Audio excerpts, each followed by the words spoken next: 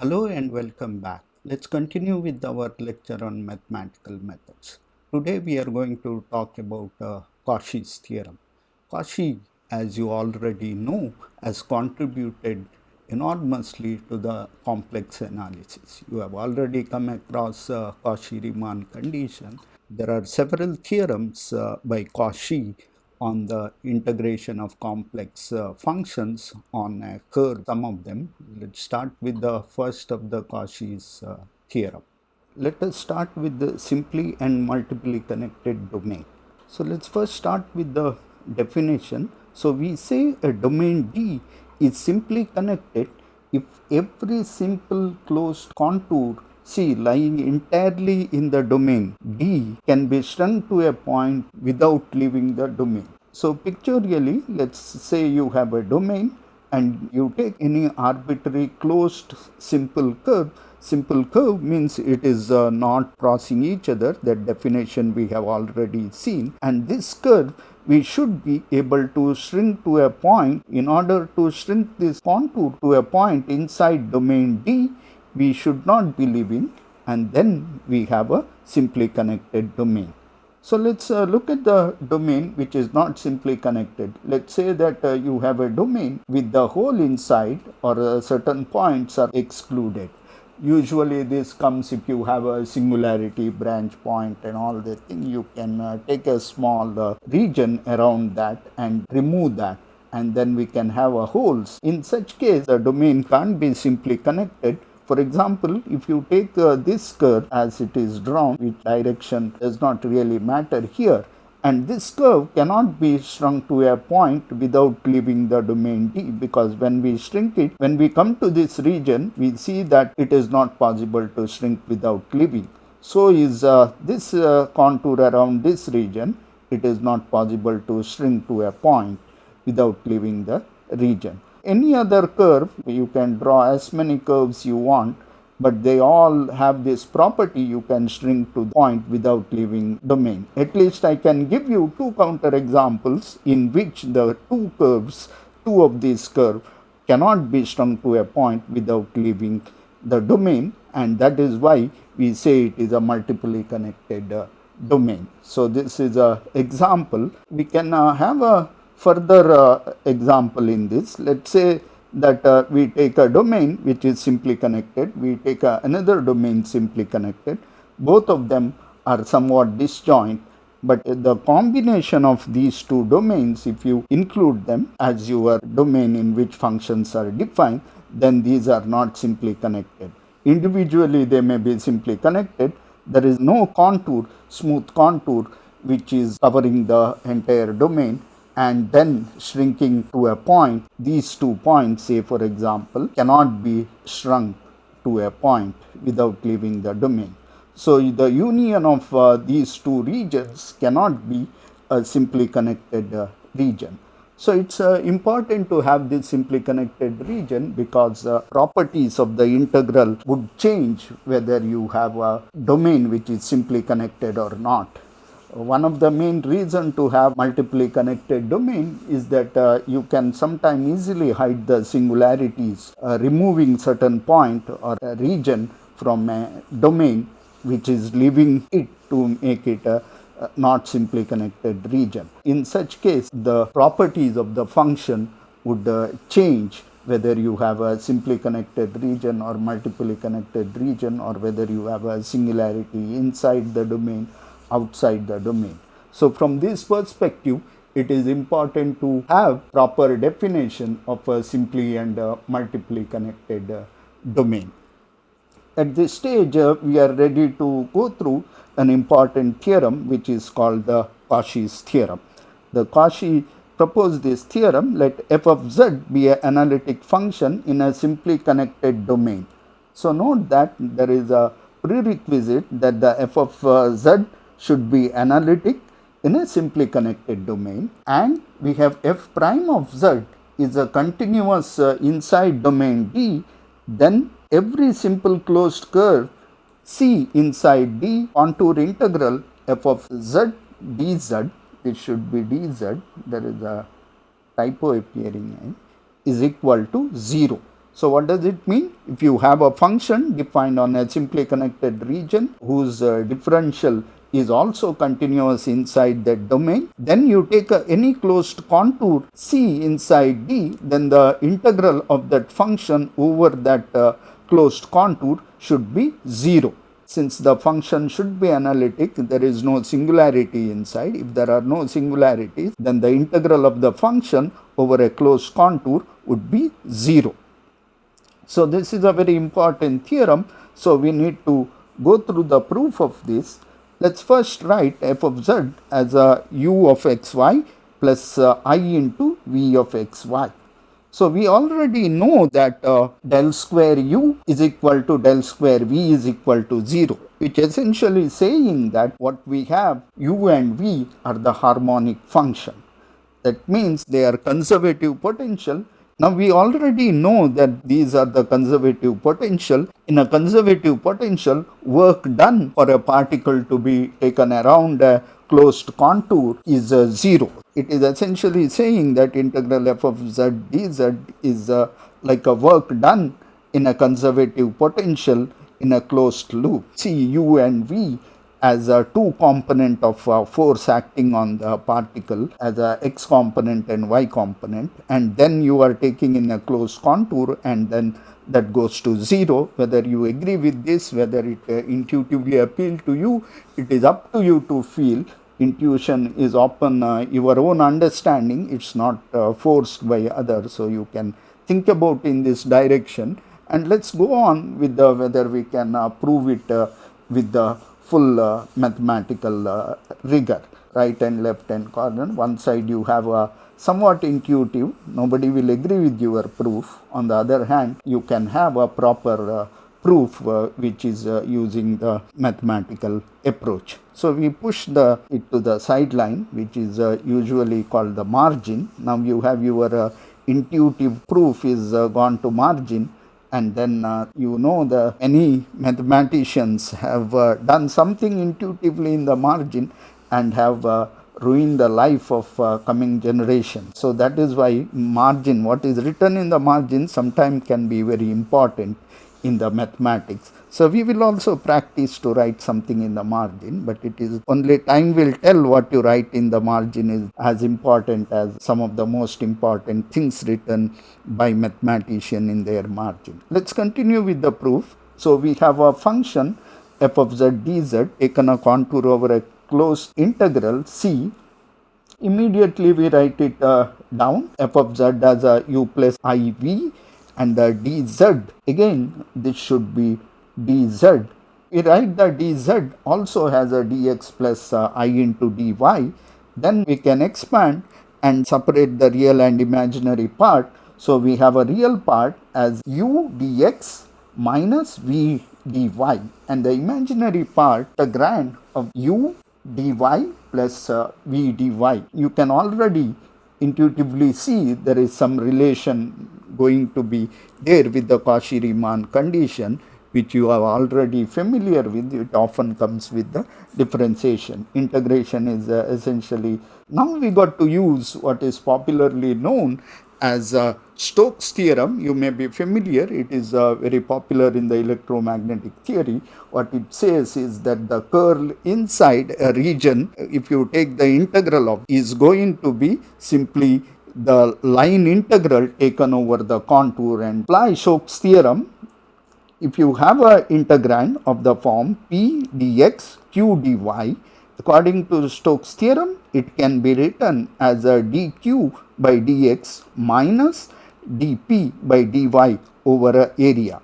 How do we see this? So essentially what you have is a region in which you have a vector field. You can call them the component of vector field, maybe p and q, and then we have an integral which is we call is p dx q dy, which is essentially saying that f dot dl, where f is given as u x component and v as y component, and you have a dl as a dx and dy.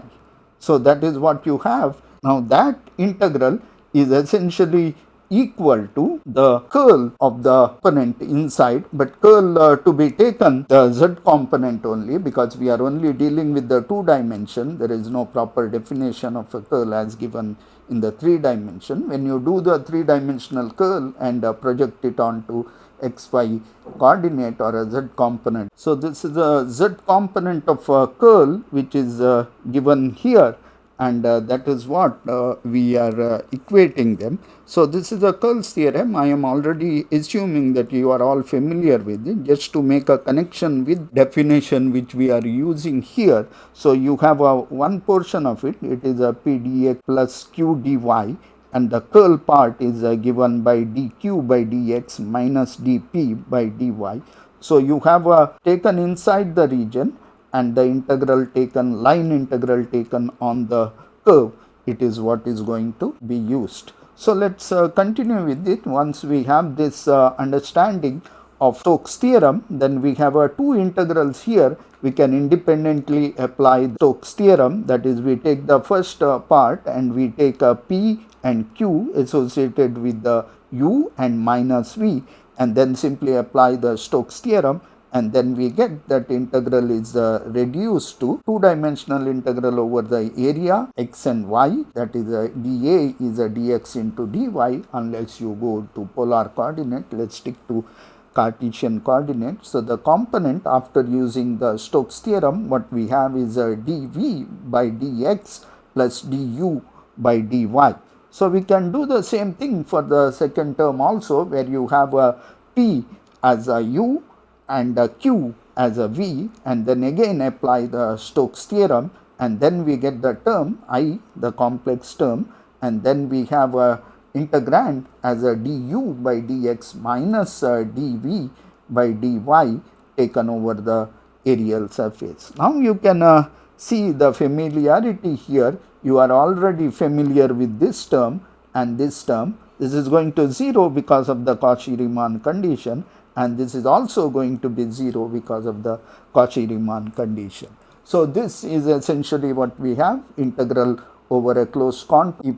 If it is analytic and the first derivative exists, that is all the condition which we need to translate and use the Cauchy-Riemann condition, and then with the help of Cauchy-Riemann condition we can show that the integral over the closed contour is 0. So this is an extremely important theorem which we will be used. Rest of the theorem merely look as a byproduct of this theorem. So one should be deriving this, and this is what the formal proof we have. You also have an intuitive proof. Let us look at the quick example how do we can use Cauchy integral theorem. So let's evaluate the integral 1 by z square dz on an ellipse given by x minus 2 square plus 1 by 4 y minus 5 square is equal to 1. You are familiar with the equation of ellipse, ax square minus by square.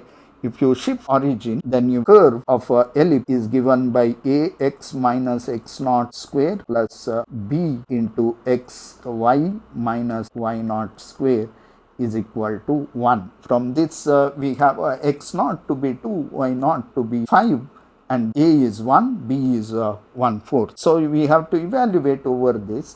So we already know that this function 1 by z square is not analytic at z is equal to 0. So if we have a z is equal to 0 inside our domain, then we are going to have problem. We cannot use Cauchy's theorem. Now look at this, what we have. We have singularity or non-analytic point at z is equal to 0, but our ellipse is happily sitting at x is equal to 2 and y is equal to 5 without going through 0, 0. So we have a contour here given by this. Inside this contour, the function is completely analytic. Now don't have to do anything to show that it is equal to 0. So you can directly use Cauchy-Riemann condition and the integral would be 0. The next topic we are going to talk about is a Cauchy's theorem for multiply connected domain. We have seen in a simply connected domain, if you have an analytic function whose integral over a closed contour is 0. So let's look at what happens in a multiply connected domain. Let f of z be analytic in a multiply connected domain T. Then we cannot conclude that the integral over a closed contour f of z is equal to 0 for every simple closed curve C in D.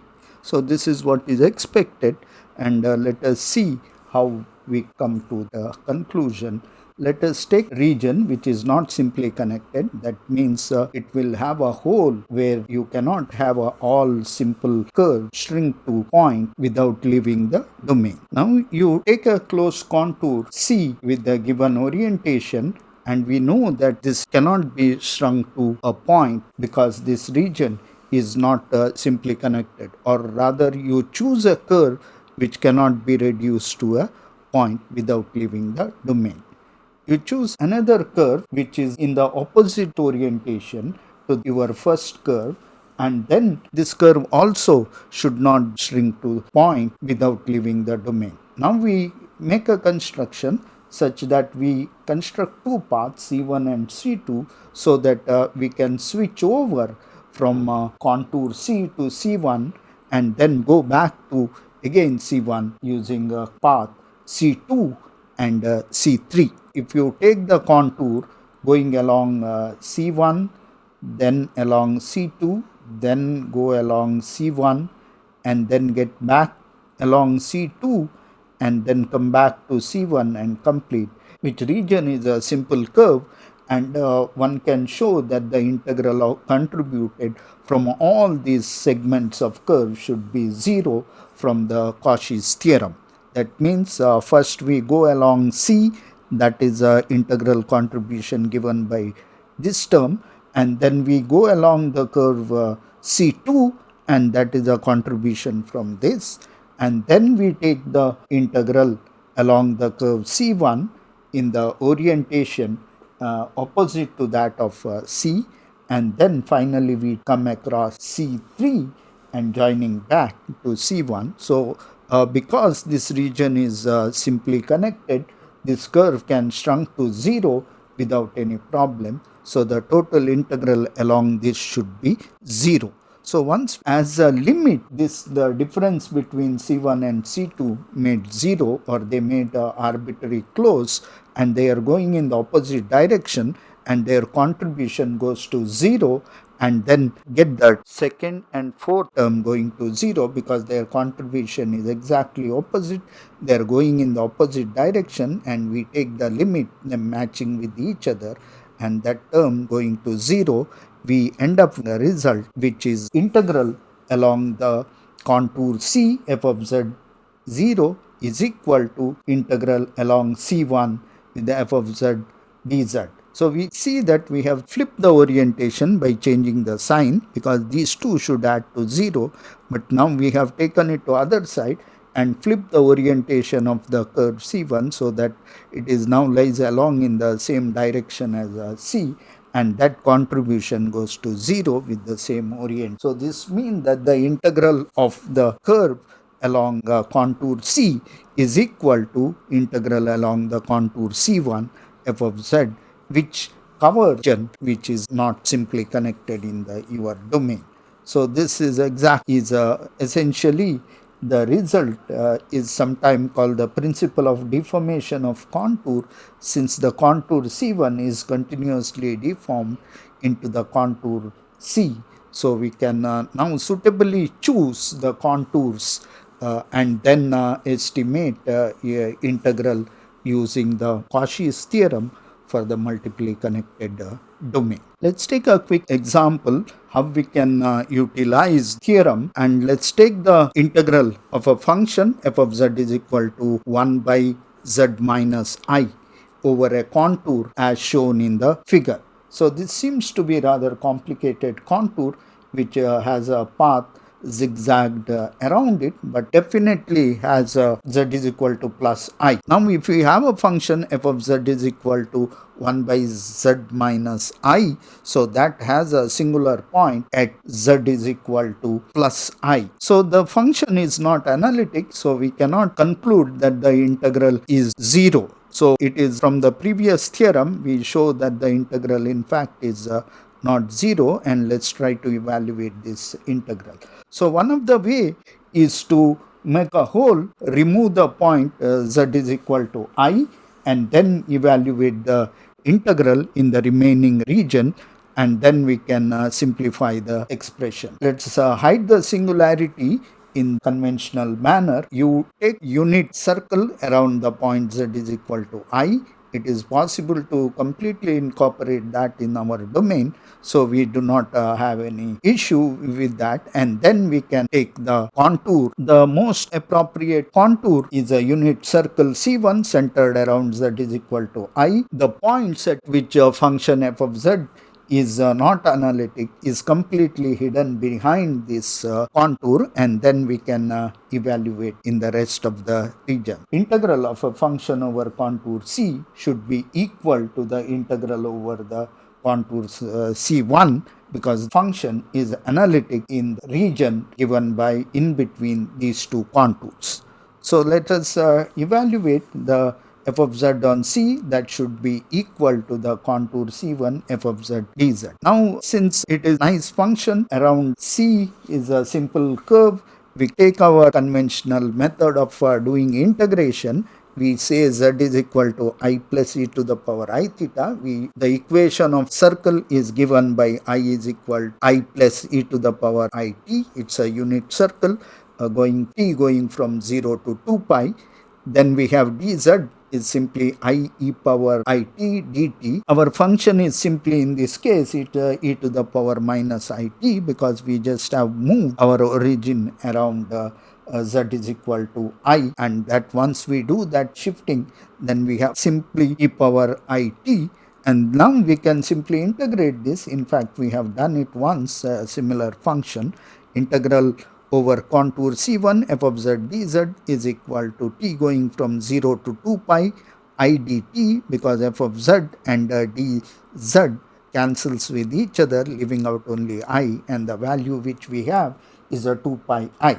Now this integral is exactly same as the integral over a contour C. So integral over contour C f of z dz is equal to 2 pi I. So this way we are able to evaluate the integral around region which are not analytic, or you have a hole, or you have separated out the region which are not analytic, and then you are make rest of the region is analytic, and use that to evaluate your integral. So this is one of the advantage of a complex number. We can extend this analysis for function z minus z naught to the power n. Next is a homework problem. Here you have to integrate a function 1 by z minus z naught to the power n. That is, you have to show that the integral over a closed contour dz by z minus z naught to the power n for an arbitrary value of z naught gives the value of 2 pi I for n is equal to 1, which we have already done, and it goes to 0 for all other n which is not equal to 1. You can choose any contour which containing the z naught. You are already familiar. It is trivial or easy to take a unit circle to do this integral, and you have to solve this and write it on a paper and upload on vLearn. We stop here and continue with the next lecture.